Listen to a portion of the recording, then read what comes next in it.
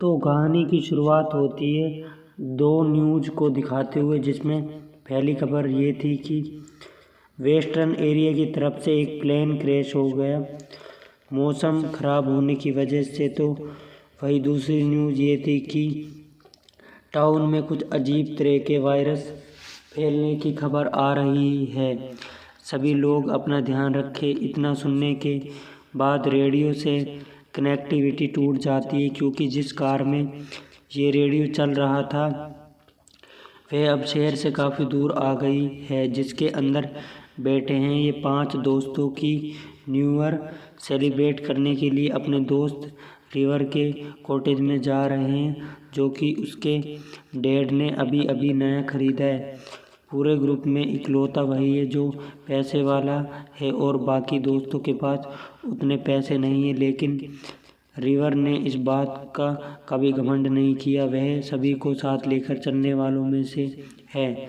इस ग्रुप में कुछ ऐसे भी हैं जो कि खुद से ही सेल्फ अपसेट, जैसे कि एंटिटी जो हर दिन फॉलो खरीदती है ताकि किसी भी तरह करके उसके 1 लाख हो जाएं। तो वहीं किट वो अपने लैम्स जो की वजह से लोगों में काफ़ी बदनाम है। तीसरी है अहम, जिसकी हर जगह बस नेगेटिविटी दिखती रहती, क्योंकि उसे लगता है कि इस दुनिया में इंसान का होना ही एक माइनस पॉइंट है। अगर वह नहीं होते तो सब कितना सुकून से रहते। आपको ये बात समझ आई? मुझे नहीं आई। सभी अब कॉटेज पर पहुंचकर अपने अपने पसंद के रूम को चुन लेते हैं। इस बीच रिवर के पास उसके डैड का कॉल आता है, जो उसे वार्न करती है कि ज़्यादा शाम तक बाहर मत रहना, और हाँ, घर में किसी भी चीज़ को मत तोड़ना, वरना तुम्हारी मोम हम दोनों को ही बहुत मारेगी। और इतना कहते ही उनका फ़ोन कट हो गया। ये शायद सिग्नल चला गया होगा।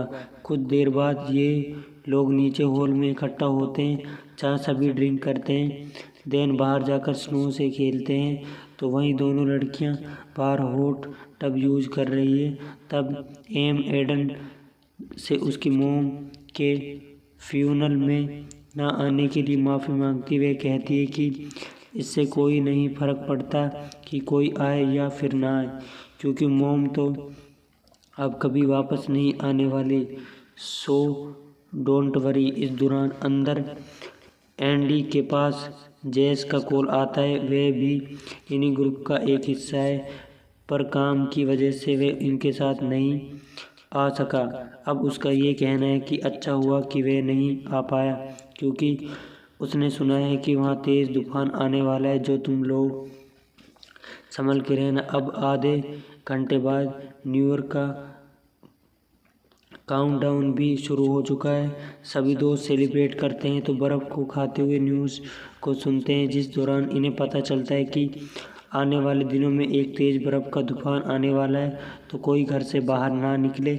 इस बीच एम को बाहर स्नो बढ़ती हुई दिखती है, तो सभी को वह घर में चलने को कहती है। लेकिन उसकी दोस्त की आदत ऐसी नेगेटिव चीज़ कहने की, तो सभी उसकी बातों को इग्नोर करते हैं, सोने के लिए चले जाते हैं। लेकिन आधी रात को ही पावर कट हो जाता है। रिवर का कहना है कि ये यहाँ पर आम बात है, यहाँ पर ऐसा होता रहता है, तो ये कोई मेन स्ट्रीम सीडी थोड़ी है, चलो हम यही सब सो जाते हैं। सभी ने उसकी बात को माना और वहीं सो गए। सुबह जब ये लोग उठते हैं तो कीट ने सभी से कहा कि अब हमें चलना चाहिए, लेकिन अब इतनी आसानी से ये लोग अगर चले गए तो कहानी में मज़ा कैसे आएगा। रात के तूफान के कारण सभी रोड अब पूरी तरह से जाम हो चुके थे, तो वहाँ पर कार से जाना तो मुमकिन नहीं था, इसलिए कुछ देर और इंतज़ार करने का सोचते हैं। घर वापस आ जाते हैं, लेकिन इन्हें अब लगने लगा है कि खतरनाक वाली ठंड पड़ रही है, जिसे बचने के लिए लोग ज़्यादा ड्रिंक करना शुरू करते हैं, जो देख के एडन ऐसा करने से मना करती है, क्योंकि इससे इनके ऑर्गन खराब हो सकते हैं। तो वो ऐसे ही ठंड में कुछ दिन सरवाइव कर सकेंगे, पर किसी को उसकी बातों पर यकीन नहीं था, क्योंकि उन्हें तो बस गर्मी चाहिए थी। जैसे तैसे एक दिन बीत जाता है, लेकिन अब जब दूसरे दिन की शुरुआत हुई तो ठंड और बढ़ गई, क्योंकि बर्फ़ इनकी कॉटेज के चारों ओर जम गई, जिससे वे गर्मी बची हुई कुची थी वह भी ख़त्म हो गई।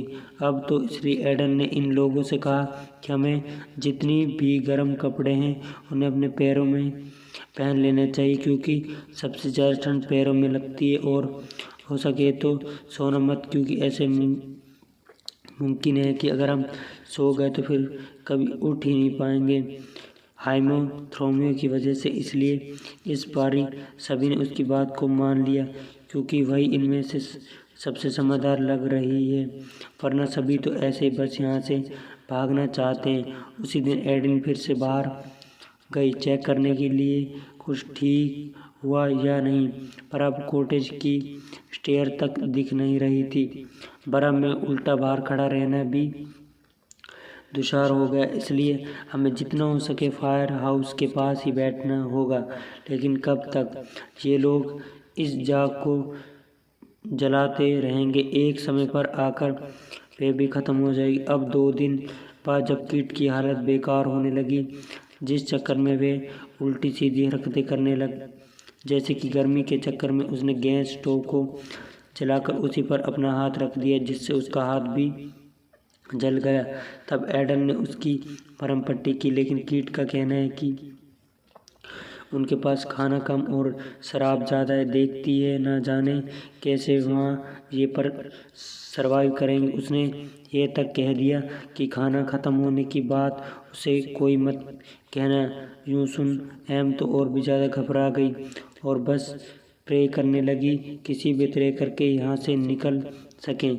इस बीच रिवर को लगता है कि जो स्नोमैन है उसने बाहर बनाया था उसमें अब जान आ गई और वह उनकी विंडो तोड़कर अंदर आने की कोशिश कर रहा है, पर असल ये उसका वहम था, जो अब समझ में आने के बाद वे अपने दोस्तों से कहता है कि अगर हम सभी ऐसे परेशान होकर बैठे रहे तो ये समय और कठिन लगेगा, इसलिए चलो हम कुछ और बातें करते हैं। हर किसी ने कुछ न कुछ सल्यूशन तो लिया होगा, तो चलो सब बताओ। इसकी शुरुआत कीट से होती है, जो बताता है कि मुझे इस साल अच्छी बॉडी बनानी है, तो भाई एम उसे तो बस जिंदा रहना है। जो सुन एडन ने कहा कि ये कोई रेवोल्यूशन नहीं है, हो चलो मैं बताती, मुझे एक अच्छा सा डॉक्टर बनना है और इस साल अपनी डिग्री को कंप्लीट करना है, जिससे ये पता चलता है कि एडन एक मेडिकल स्टूडेंट है, तभी उसे ऐसे सर्वाइवल में क्या करना चाहिए ज़्यादा पता है। जब बारी आती है रिवर की तो वह बड़ा ही अजीब सा सल्यूशन देता है, उसे उन सभी से दूर जाना चाहिए, जिसे ये पता चल रहा है कि अब उसका दिमाग ख़राब हो गया है। अगले सीन में हम देखते हैं कि एंडी की आँख लग गई है, लेकिन तभी उसे एहसास हुआ कि कहीं से हवा आ रही है। उसने आंखें खोली तो पता चला कि गेट खुला हुआ है। वे फ़ौरन बंद करने को गया, पर देखा कि बाहर एम खड़ा है, वे भी बहुत ही कम कपड़ों में। वे फ़ौरन गया और उसे अंदर लेकर आया। सब ये देखकर एकदम ही परेशान हो गए कि वे वहाँ बाहर क्या कर रही थी। तो उसने बताया कि उसके पेट में दर्द हो रही है, इसलिए वे परेशान होकर बाहर चली गई। इतना सुनते ही रिवर को याद आया कि जो बर्फ़ उन्होंने बाहर से लाकर खाई थी कॉन्टिनेटेड तो नहीं थी, यानी कि जिस वायरस की बात हमने रेडियो पर सुनी थी वे कहीं हमने खा तो नहीं ली, क्योंकि सबसे तेज़ वायरस तो पानी के जरिए ही फैलता है। उसकी ये बात सिर्फ उसे नहीं बल्कि औरों को भी और परेशान कर रही थी, और ये जायज़ भी है, क्योंकि ऐसे समय पर इंसान क्या बोल रहा है उसे खुद पता नहीं होता। सभी को ये लग रहा है कि उनके ऊपर भी वायरस का असर होना शुरू हो गया, क्योंकि वे अब अलग अलग किस्म की चीज़ों को हेलुनेट करने लगे, जिसका मतलब ये है कि उनका दिमाग अब उनके साथ खेल रहा है। इतने में एडन एक कहानी सुनाती है जो कि 80 के दौर के समय की है, जहाँ 4 कैदियों पर एक एक्सपेरिमेंट किया गया। तो वे धीरे धीरे करके एक दूसरे को खाना शुरू कर देते हैं। क्योंकि उनके पास कुछ भी नहीं बचा खाने को। और फिर अंत में जो आखिरी बचा, उस कैदी ने खुद अपने आप को ऊपर से नीचे तक खाकर खत्म कर लिया। इतनी भयानक बात सुनकर सभी डर गए, इसलिए एंडी ने उसे फौरन चुप रहने को कहा, क्योंकि इस कहानी में उनका कोई लेना देना नहीं, इसलिए ज़्यादा ध्यान इस बात पर दो कि यहाँ से निकलना कैसे जाए। तभी कीट को एक आइडिया आता है, क्यों ना वो लोग कार की बैटरी की मदद से जनरेटर ऑन करने की कोशिश करें, होपफुली कि कुछ हो जाए।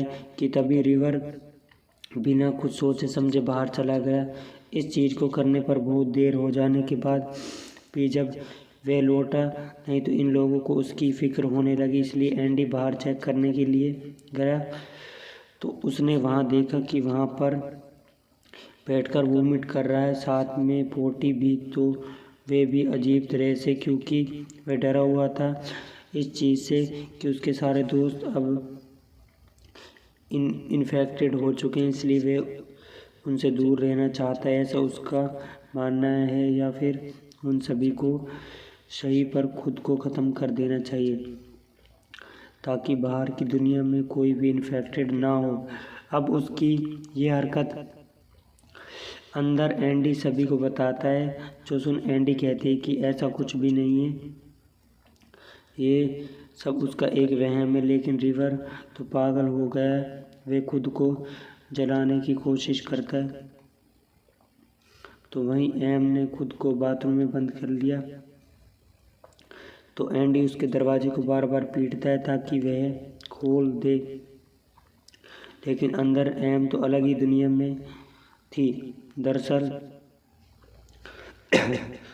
स्नो की वोमिट कर रही थी, जो देख उसे लग रहा था कि शायद उसके पेट में स्नो भर गई, इसलिए अगर उसे अपने पेट को ही काट दिया तो वह स्नो सारी एक साथ बाहर आ जाएगी, जो कि वे थोड़ा मोटा करने में लगी। लेकिन सही मौके पर एंडी ने गेट खोल दिया और उसे लेकर रूम में आया। तब एडिन जाकर रिवर के रूम में फर्स्ट एड ढूंढने लगी और उसी दौरान उसे उसके बैग में कुछ खाने पीने का सामान मिल गया, जो देख वे बहुत ही ज़्यादा गुस्से में आ गई। उसने सभी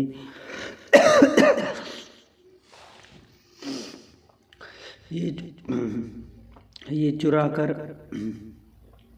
छुपाया था, पर क्यों?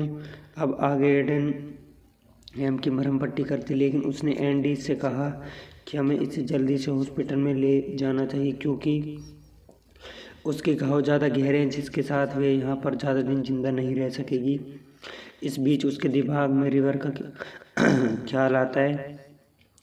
कल तक तो वे एकदम ठीक था, लेकिन आज उसमें इतना बदलाव कैसे? लेकिन अगर उसे ये सब हो सकता है तो ज़रूर उन्हें भी हो सकता है, क्योंकि सभी एक सिचुएशन में फंसे हुए हैं। पर इससे पहले वह रिवर के सामने उस खाने की चोरी के बारे में पूछती है, तो वह कबूलता है कि हाँ, उसने खाने को चुराया, जिसके लिए वह माफ़ी भी मांगता है। जो सुंडी ने कहा कि ठीक है, कोई नहीं, पर अपने दिमाग को खुद में काबू रख। उधर हम एंडी को देखते, जो कि घर के फर्नीचर को तोड़ रहा है फायर से जिंदा आग को जलाने के लिए, ताकि वह उसे जिंदा रह सके।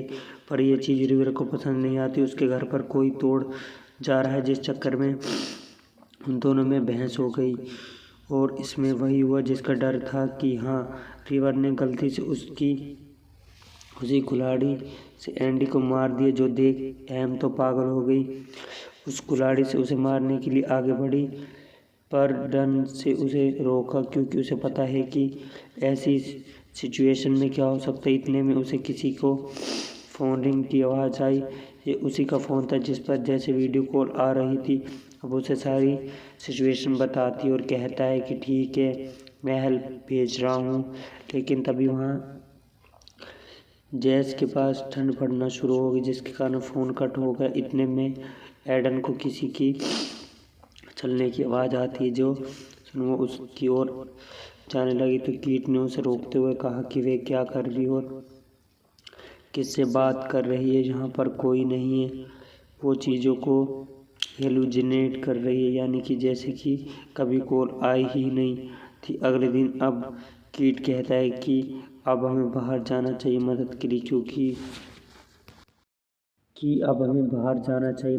लिए क्योंकि हमें आधे से ज़्यादा लोग मर चुके हैं या फिर घायल हैं। जो बचे उनकी हालत ऐसी है कि वे कुछ कर ही नहीं सकते।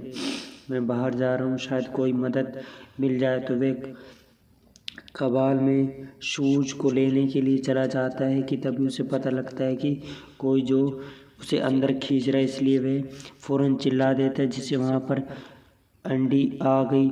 उसे तो वहाँ कोई दिखाई नहीं दिया, जिससे उसे भी ये पता चला कि अब हेलुसिनेट करने लगा। इसलिए उसने आखिरी बार पूछा कि क्या वे शोर है बाहर जाने के लिए, पर कीट ने हिम्मत बांध ली, इसलिए वो उसे गले मिलता है और फिर चला जाता है। इधर एम अपने मरे हुए बॉयफ्रेंड एंडी की लाश के पास बैठी ही हो रही थी, जो देख एडन ने रिवर से कहा कि अब वे ज़्यादा देर जिंदा नहीं रह सकेगी, क्योंकि उसका घाव अब सड़ने लगा, जो कि होना भी है, क्योंकि ऐसी ठंडी जगह पर हल्की सी चोट बहुत ज़्यादा जख्म देती। कुछ देर बाद हम एंडी की लाश से बातें करना शुरू कर देती, जो कि उसे कह रही थी कि तुम्हें जाकर कार में बैठना चाहिए। अगर हल्का सा भी पेट्रोल उसमें बचा होगा तो हीटर ऑन हो जाएगा। ये यहाँ एम वही करती है और जाकर कार में बैठ जाती, लेकिन तभी वहाँ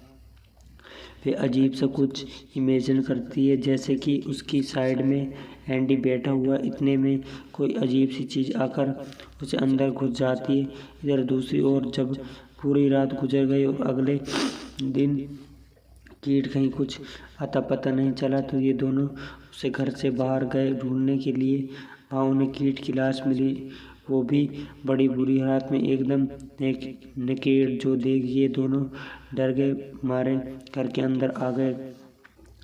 पर तभी इन्हें ये नहीं भूलना चाहिए कि अब बस यही दो बचे हुए हैं। एम को तो कुछ भी पता नहीं कि वे कब तक जिंदा रहेगी, पर यहाँ रिवर को समझ नहीं आया कि असल में कीट ऐसा क्यों किया। तब एडन ने उसे समझाया कि शायद ये हाइपोथर्मिया की वजह से हुआ है, जिससे शरीर में एक बर्निंग सेंसेशन पैदा होता है, जिससे होता है ये कि इंसान पागल हो जाता है और उसका तापमान कई डिग्री बढ़ जाता है। अचानक से सही सेम चीज़ कीट के साथ हुई थी होगी, इसलिए उसने अपने सारे कपड़े उतार दिए। इतना सब कुछ देखने के बाद रिवर पूछता है कि उन्हें क्या करना चाहिए, तो उसने कहा कि पहले तो हमें फायर को जलाना होगा ताकि कहीं से कोई गर्मी मिलती रहे।